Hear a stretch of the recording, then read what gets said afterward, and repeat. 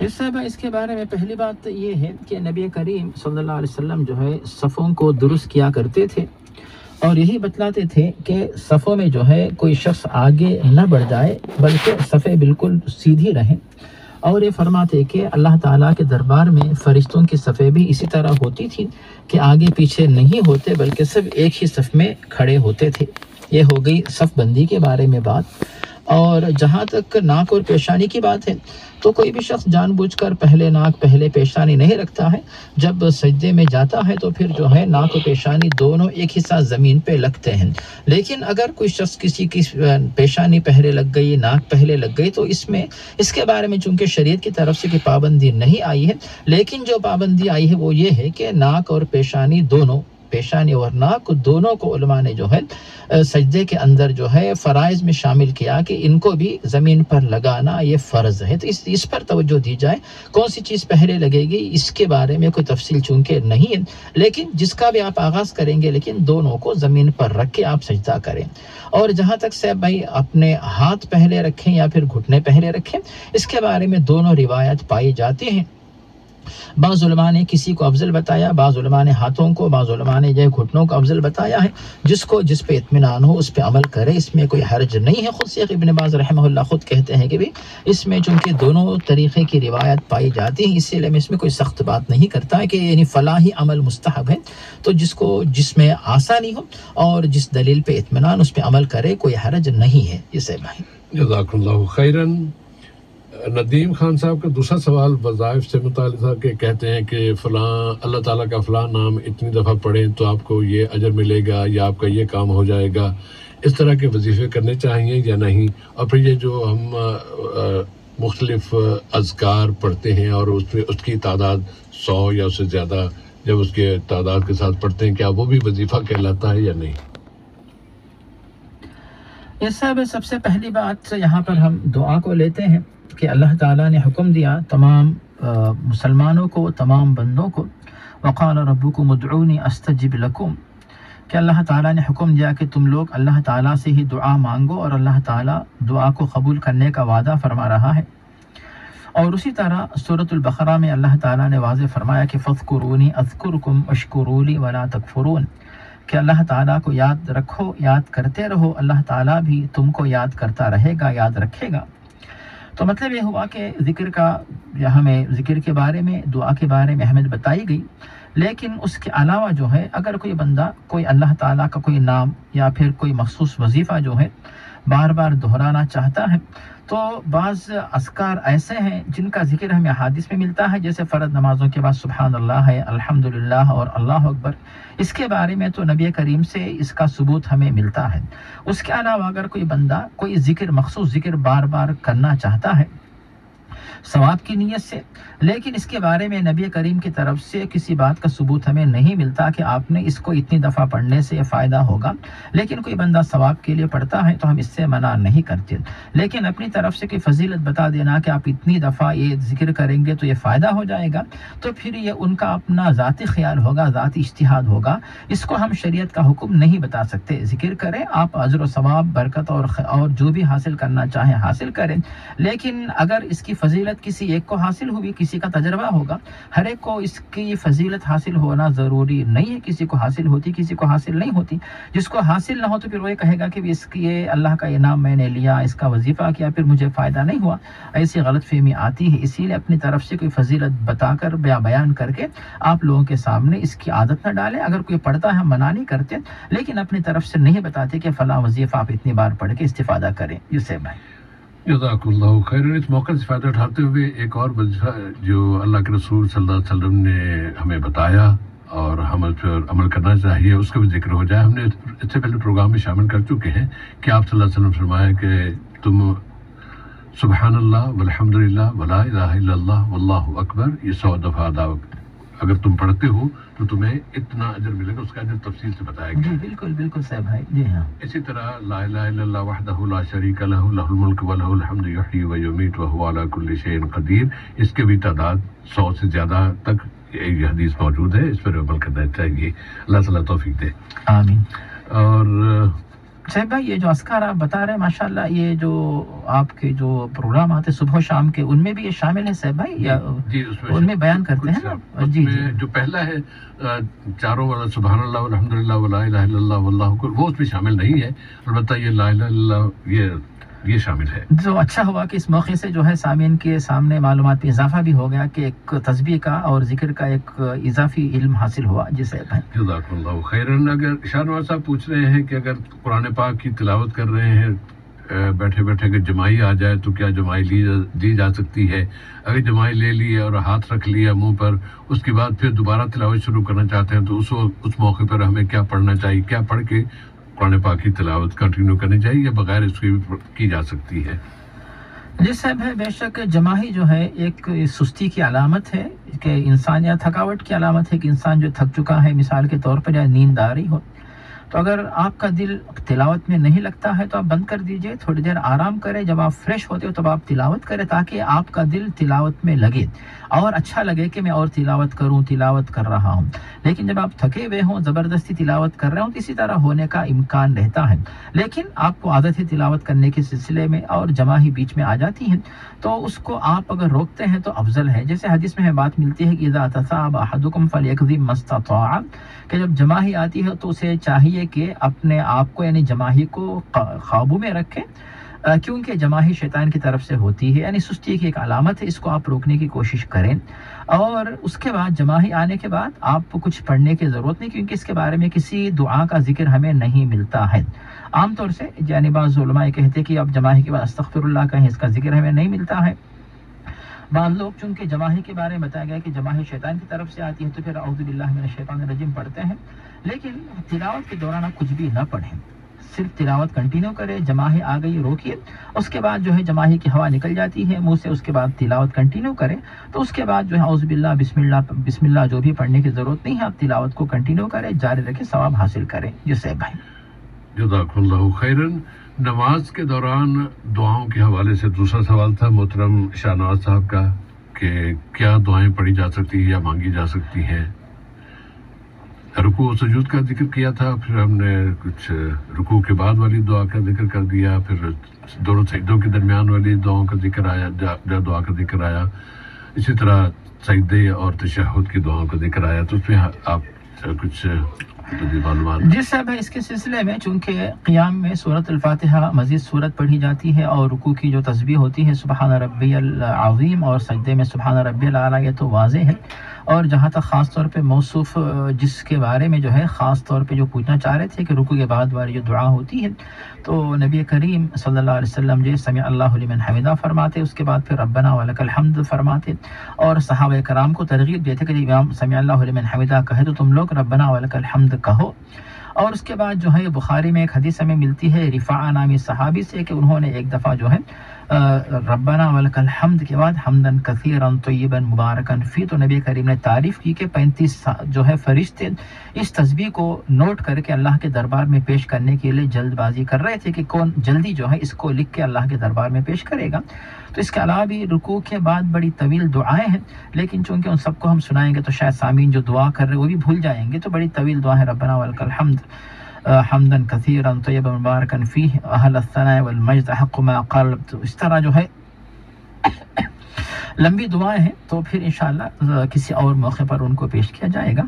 تو یہ بات ہوگی سیب بھائی.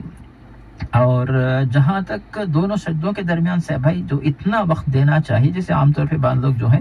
یا تو دونوں سجدوں کے درمیان بالکل کم وقت دیتے ہیں، جلدی جلدی جو ہے سجدہ کیا اٹھ گئے پھر سجدہ کیا، جس میں جو ہے دونوں سجدوں کے درمیان جو بیٹھنے کا جو وقت ہوتا ہے جلسہ، اس کا جو موقع جو ہے وہ دیتے نہیں. تو پھر یہ بات مناسب نہیں ہے کہ یہ سجدہ یہ جلسہ جو ہے بالکل مختصر ہوتا ہے، جلد بازی میں سجدے کریں گے تو نماز بالکل ختم ہو سکتی ہے، یعنی ثواب کم ہو جائے گا. تو اسی اعتبار سے دونوں سجدوں کے درمیان اتنا وقت آپ دیجئے جتنا ہر ایک سجدے کے لیے وقت آپ دیتے ہیں، اور دونوں سجدوں کے درمیان آپ خالی وقت گزارنے کے بجائے ثواب کمائیے، جو ثواب نبی کریم کمایا کرتے تھے. کہ نسائی میں حذیفہ سے مروی ہے کہ نبی کریم صلی اللہ علیہ وسلم دونوں سجدوں کے درمیان رب اغفر لی رب اغفر لی رب اغفر لی اس طرح آپ تسبیح پڑھا کرتے تھے، دعا پڑھا کرتے تھے. اور ترمذی میں ابن عباس سے مروی ہے کہ نبی کریم صلی اللہ علیہ وسلم دونوں سجدوں کے درمیان اللہم اغفرنی ورحمنی وہدنی وعافنی وجبرنی ورزقنی، تو یہ دعا بھی پڑھا کرتے تھے۔ جو دعا آپ کو یاد ہے تو اس دعا کو پڑھ کے بہترین فائدہ اٹھائے، بہترین جو ہے برکت والی دعائیں صاحب بھائی، تو ان کو جو ہے امت میں عادت ڈالے، جو ماں باپ ہیں خود بھی پڑھے اور بچوں کو عادت ڈالے، بہترین دعاؤں سے اپنے آپ کو محروم نہ کریں۔ جی صاحب بھائی، جزاکم اللہ خیراً۔ اسی طرح سے تشہد میں بھی جتنی دعائیں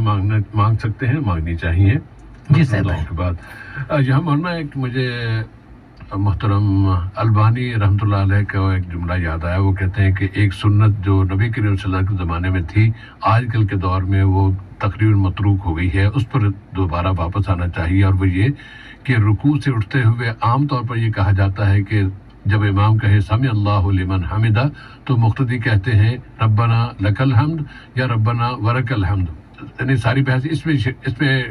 بحث کرتے واہ کہنا چاہیے، واہ کو بغیر کہنا چاہیے۔ البانی صاحب کا کہنا یہ ہے کہ نبی کریم صلی اللہ علیہ وسلم کی سنت یہ ہے کہ مقتدی بھی سمع اللہ لمن حمدہ کہیں، اس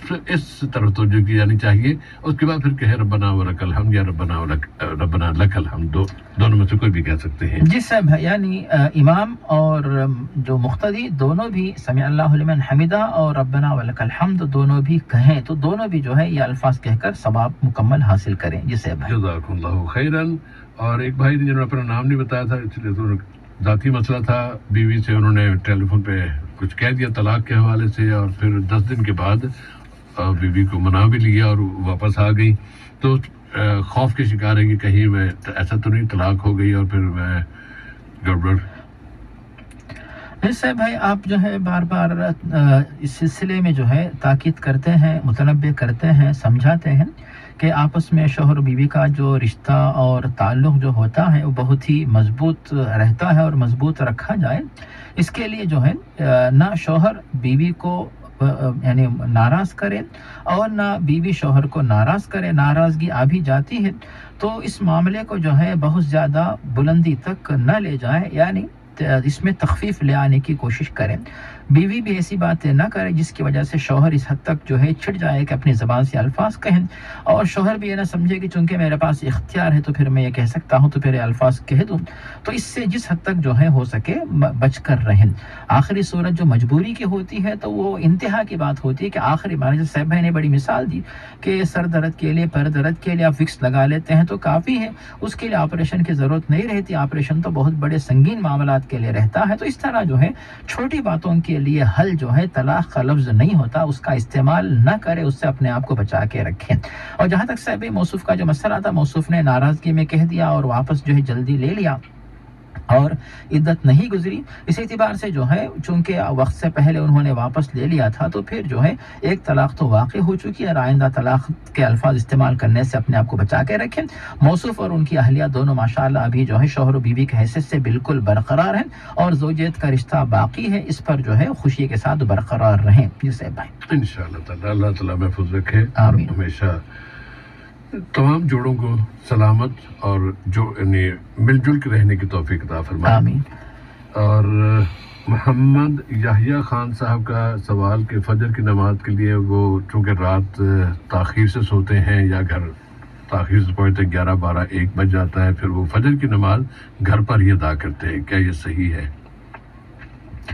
اس سے ہم تو تمام مرد حضرات سے یہی کہیں گے کہ نماز باجماعت کے لیے 5 نمازوں میں مساجد میں جا کر باجماعت نماز ادا کریں۔ یہ اللہ کا حکم ہے، نبی کریم کا حکم ہے۔ اللہ تعالیٰ نے حکم دیا وَارْكَعُوا مَعَ الرَّاكِعِينَ، یعنی دوسرے لوگوں کی طرح ان کے ساتھ شامل ہو کر نماز پڑھو۔ اسی طرح نبی کریم نے جو ترغیب دی ہے کہ مسجد میں باجماعت نماز پڑھنے کی وجہ سے جو ہے تنہا نماز پڑھنے کے مقابلے میں 27 درجے زیادہ ثواب حاصل ہوتا ہے۔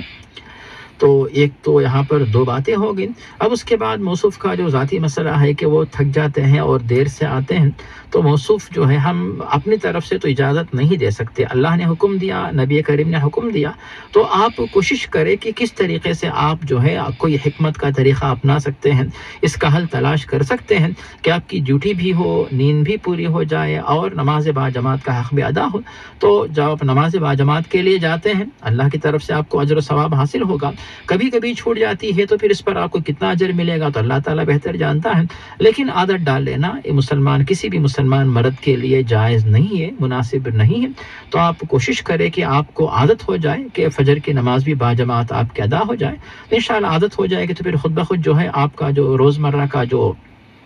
ٹائم ٹیبل ہوتا ہے وہ خود جو ہے سیٹ ہو جائے گا کہ آپ نماز سے ہٹ کر دوسرے اوقات میں سو کر اپنی نیند پوری کر سکتے ہیں اور نماز باجماعت کے لیے مسجد میں جا بھی سکتے ہیں۔ یہ سے بھائی واللہ اس میں وہ واقعہ یاد آ رہا ہے نبی صلی اللہ علیہ وسلم کے زمانے میں جو نابینا صحابی آپ کے پاس آئے تھے اور کہتے کہ میرے اور گھر کے راستے میں اتنی مشکلات ہیں، اندھیرا ہے، اور میں ہوں بھی نابینا، پھر جانور بھی، سانپ بچھو یہ وہ، پھر بارش میں اور زیادہ مسائل، تو ایسے میں کیا میں گھر پہ نماز پڑھ سکتا ہوں؟ تو آپ نے پوچھا تھا کہ کیا تم تک اذان کی آواز آتی ہے؟ اذان کی آواز آتی ہے تو پھر مسجد میں آ کے پڑھو۔ اگر ایک نابینا کے لیے آپ صلی اللہ علیہ وسلم یہ فرما رہے ہیں تو مسجد میں آ کے پڑھو، تو صرف تھکاوٹ کو ہم کیسے پھر عذر بنا سکتے ہیں کہ ہم گھر میں پڑھ لیں؟ جی صاحب، یہاں پر بڑی اہم نقطوں کی طرف بلکہ نکات کی طرف آپ نے توجہ دلائی۔ ایک تو ایک بات کہ اتنا بڑا عذر، ایک تو نابینا، راستے میں کانٹے اور سانپ اور بچھو، کاٹنے والے کتے، نعوذ باللہ، کوئی سہارا نہیں، اور کبھی کبھی جو ہے نہر کا پانی بھی آ جاتا ہے، تب بھی نبی کریم نے پوچھا کہ کیا حل تسمع النداء؟ انہوں نے کہا کہ جی ہاں میں اذان سنتا ہوں۔ تو نبی کریم نے کہا کہ لا اجد لک رخصتا، میں آپ کو جو ہے اجازت نہیں دے سکتا کہ آپ جو ہے جماعت چھوڑ کر گھر پہ نماز پڑھیں، یعنی فیضاً عجیب، چونکہ مؤذن صاحب نے کہا کہ مسجد میں آؤ تو مسجد میں جا کے نماز پڑھو۔